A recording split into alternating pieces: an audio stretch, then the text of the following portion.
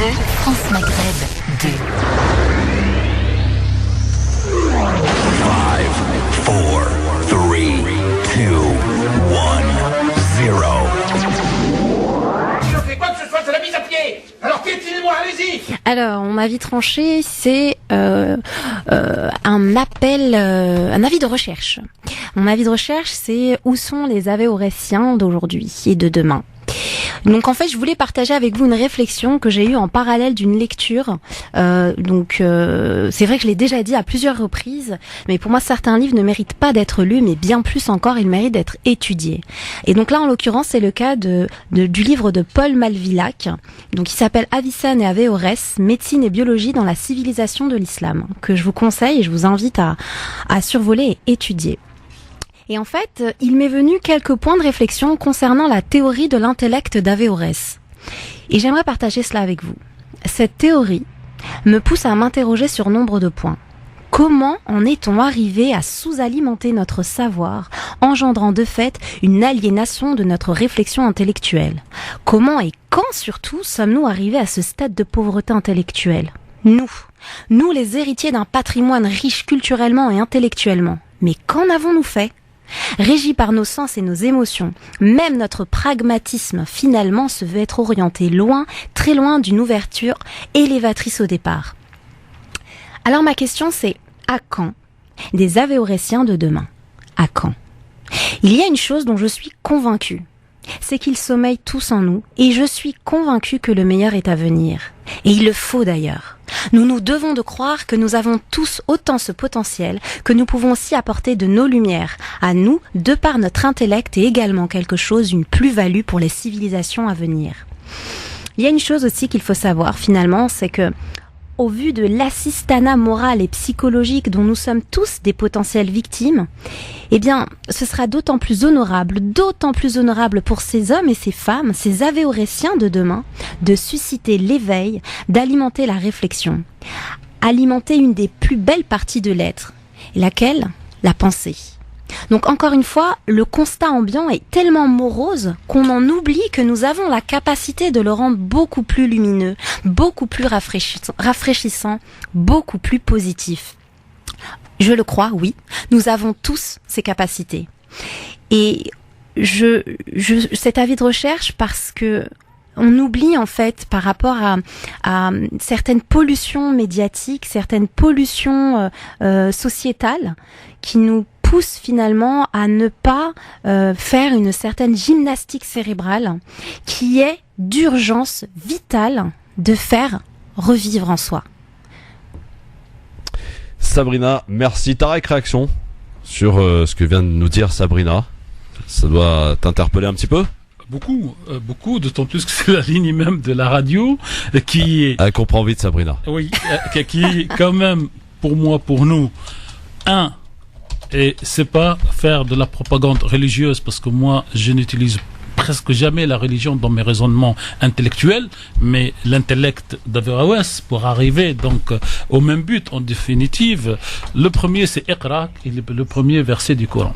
Car Iqra, c'est pas répétitif. Iqra, c'est Iqra pour lire, pour comprendre, pour interpréter pour et pour transmettre. Et pas pour répéter comme un petit perroquet. 2.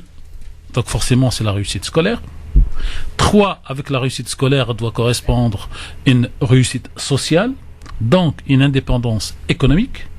Cette indépendance autonomique donne l'autonomie intellectuelle du vote, la participation citoyenne.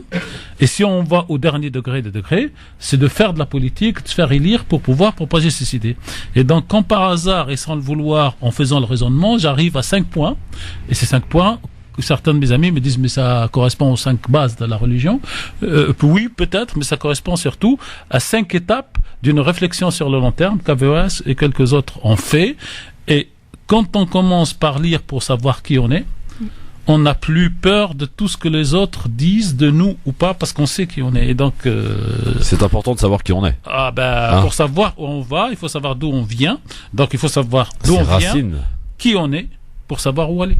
Alors moi, je rebondis parce que en tant que thérapeute spécialisée en sciences comportementales, il y a des choses que je vois dans mon quotidien et dans ma profession qui me poussent justement à faire cet appel. C'est beaucoup plus qu'un appel au secours, en fait. C'est beaucoup plus que de simples mots qui passent dans une radio et qui vont partir dans les méandres des ondes. Non, absolument pas. Là, il est temps. Il est vraiment temps de se déconnecter, en fait, de quelque chose qui est chronophage, à savoir le mot est fort, mais à savoir une certaine forme de bêtise, en fait, qui ne nous nourrit pas. Donc oui, tu veux te détendre, t'as besoin tu regardes la télé, tu veux sortir, c'est normal. Quel que soit ton âge, que t'en aies 15, 20, 30, 50, c'est pas le sujet. Par contre, ce qui n'est pas normal, c'est qu'à côté de cela, tu ne prennes pas le temps de t'instruire. Alors, il y a différents, juste en annexe de ce que vient de dire, voilà, ce que je voulais dire, en fait, c'est que à côté de cela, oui, il y a différents chemins, il y a différentes voies pour pouvoir accéder à la connaissance. Donc, effectivement, surtout ici en France, il y a l'école, etc. Mais si aujourd'hui tu te retrouves et que t'es sorti de l'école beaucoup plus tôt, c'est pas grave. Ne te dis pas que voilà, tu es condamné à ne pas poser les pieds dans une université, donc tu es coupé du savoir. Non, pas du tout. Il y a toujours la possibilité de pouvoir s'enrichir et d'enrichir son intellect et du coup, forcément, d'apporter une finesse à sa manière de réfléchir et donc, évidemment, de pouvoir changer les choses. Alors, comme disent certains dans le monde de la communication et de la politique, vous avez entièrement raison, d'autant plus que vous avez un autodidacte, je ne sais pas si vous voyez de qui je parle, qui aujourd'hui est l'une des personnalités politiques de ce pays.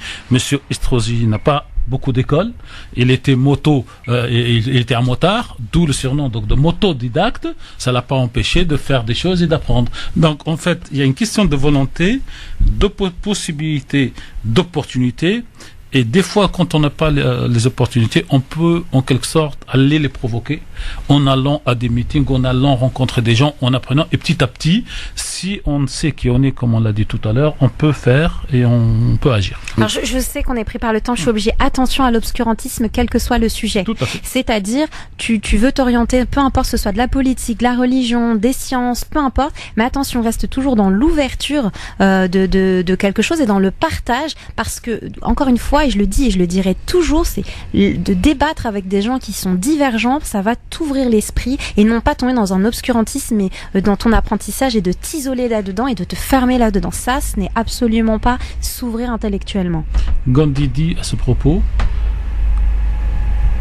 ne pas réagir à quelqu'un qui vous blesse, mais lui dire ce que vous pensez, mais d'une manière, j'allais dire polie, pour le truc, ne change rien au passé parce qu'il vous a insulté, il vous a blessé, mais peut changer beaucoup dans l'avenir parce que cette personne que vous avez traitée de la sorte pourrait être interpellée elle-même pour ne plus réagir de la même manière. Donc c'est aussi une façon d'éduquer l'autre en s'auto-éduquant.